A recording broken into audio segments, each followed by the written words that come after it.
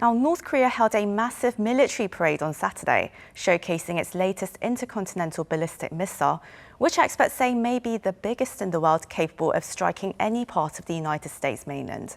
But upon its key political anniversary, the founding of the regime's ruling Workers' Party, leader Kim Jong-un's speech refrained from colourful inflammatory remarks towards South Korea and the US, saying that the North's military force wasn't directed at anyone in particular, and that Kim hoped to join hands with South Korea after the pandemic. The young dictator even shed tears as he talked about the hardships the North had endured over the months and claimed 0 cases of COVID-19. Now, to discuss this display of deadly weapons, along with Kim Jong-un's unexpectedly unprovocative speech, we're joined by Chun In-bum, former Lieutenant General of the Republic of Korea Army, who is now Vice President of the Korea chapter of the Association of the United States Army and Migali chapter of the US Air Force Association. Very good morning to you, sir. Good morning. We also connect with Jenny Town, fellow at Stimson and the Deputy Director of Stimson's 38 North, which provides policy and technical analysis on North Korea. It's great to see you. Good to see you too. Thank you. Now let's start with the logistics of this parade, General Chun. It was said that this year the North Koreans held their parade very early in the morning before dawn, and foreigners were forbidden from attending. Why do you think it was so restricted this year, despite it being the 75th anniversary of the Workers' Party? Well, it was probably restricted mainly because of COVID, but Kim Jong-un wanted a unique ceremony for this year's event. And I think they chose the stroke of midnight to highlight the uniqueness of this day. Also, by conducting it on a very early time frame of that day, they were able to conserve on mobilizing their troops as well as their citizens, which saved not only money, but as well as being able to control the COVID situation. So what Kim Jong-un was aiming for was maximum drama, maximum optics. And well, the same question to you, Ms. Town. What stood out to you about this year's event? Yeah, I think the nighttime optics were intentional. They had a lot of new lighting arrangements. It had a very dramatic effect. I was surprised to hear that there was foreign media that was allowed there, even though the diplomatic community was told not to attend. So I do think, they really were trying to create a good show and a really powerful optic to show that the party is strong, the military is strong, and therefore the country is strong as well, and that they would persevere through hard times. So, General Chun, it seemed that North Korea upgraded and enlarged their ICBM, which appears to be bigger than those of the Chinese and the Russians. And, of course, they also showcased a new submarine-launched ballistic missile as well. So what did you make of these new weapons? So it's no surprise that the North Koreans displayed a new type of submarine-launched ballistic missile, as well as a new, it seems like an ICBM. So there's a lot of analysis and speculation about the capabilities of these two strategic weapons. And I'm sorry to say that we must assume the worst of these capabilities. But added to that, I must also note that they've showcased a very new look for their conventional forces as well. Finally, the North Koreans displayed a new transporter erector launcher, TELS. Not only have they displayed wheeled TELS, but tracked TELS as well. This implies that they have the ability to manufacture these TELS, which means that their missiles are now mobile, more flexible, more survivable. This is a capability which gives them a surprise attack capability. This is very concerning to me as a former military person. And Ms. Town, your website 38 North published an analysis of these weapons just a few hours after they were revealed. I want to know, what did you make of these new ballistic missiles? Well, quick to add to General Chun's point, I think it's worth mentioning that North Korea did not show any Scuds or Nodong, some of their older missile systems. And so I do agree that sort of the overall optic was a modernization of their military. And continued development of their ballistic missile and strategic weapons as well, what we saw with the new ICBM and the new SLBM. And while neither of these systems significantly adds new capabilities to the North Koreans, since they did already have an ICBM model that we saw tested in 2017, and they tested the SLBM, the Puguksang 3 last year. These continue to develop, they continue to get bigger. One of the things about ICBMs, though, is that it might be the biggest in the world, but that's simply because most countries try to make their ICBMs smaller to make them easier to conceal.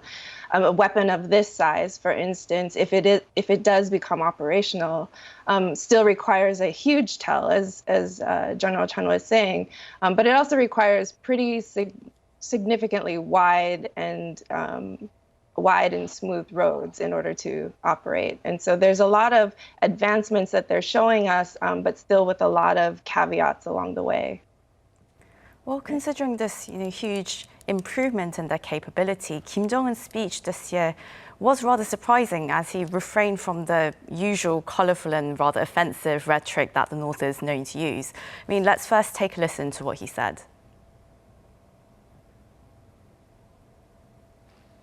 I do not want our military might to be aimed at anyone. I stress that the purpose of our war deterrence efforts is self-defense.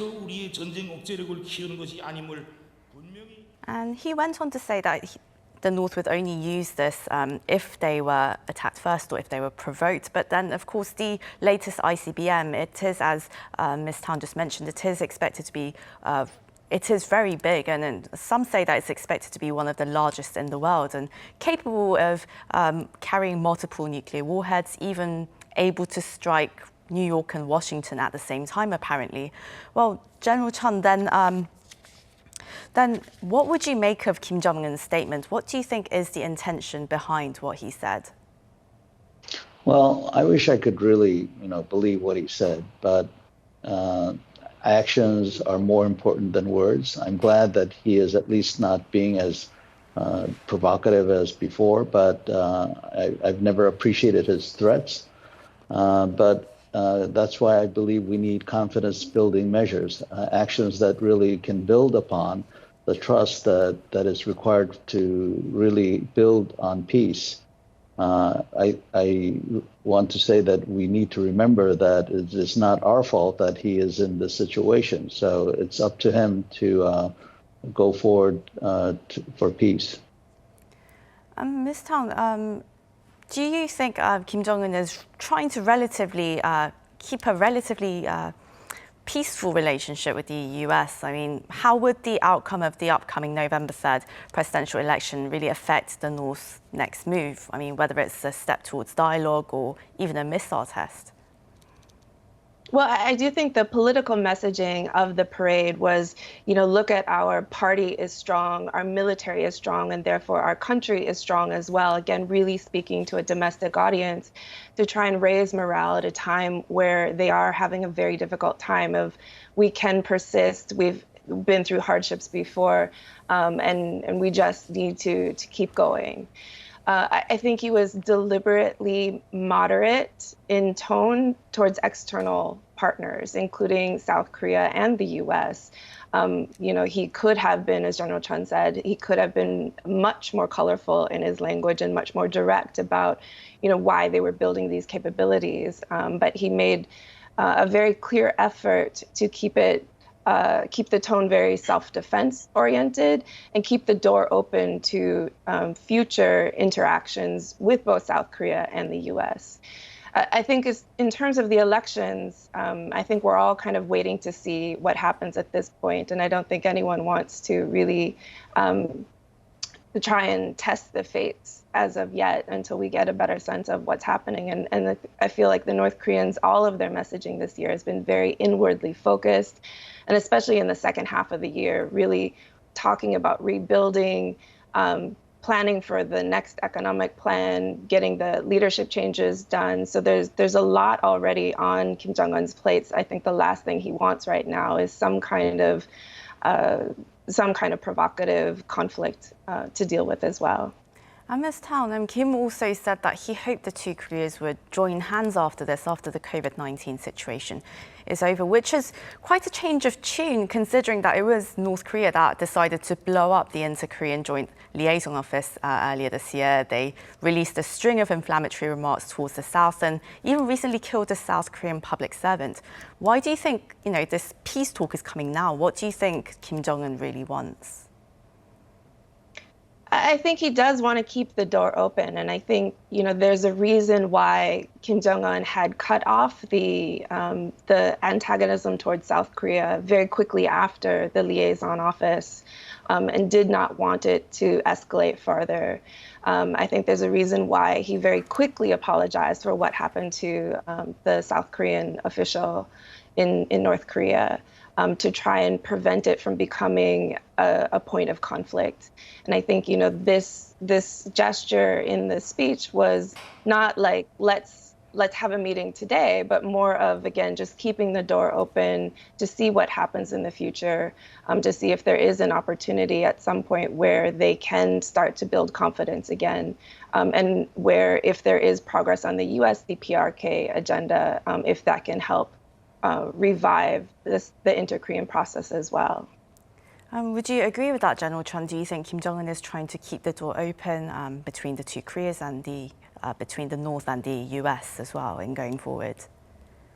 Yes, it's basic communist strategy. When you're weak, you don't attack, you defend. When you are strong, that's when they attack.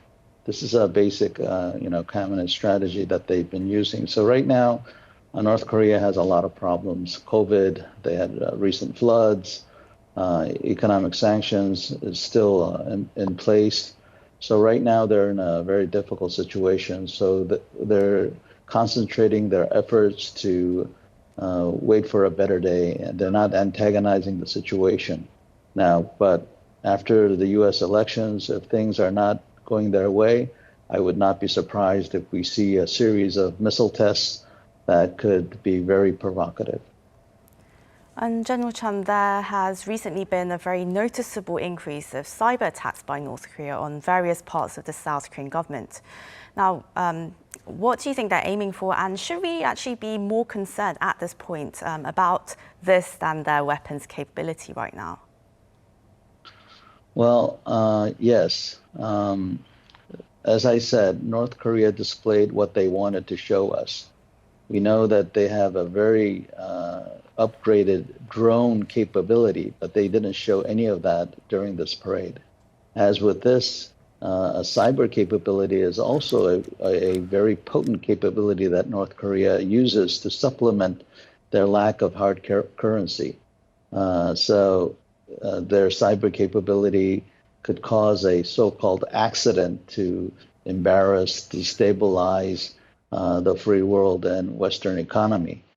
They can do this at any time. So they're practicing on a daily basis, not only to tone their abilities, but also to gain hard currency to fund the kind of modernization efforts that we saw a couple of days ago.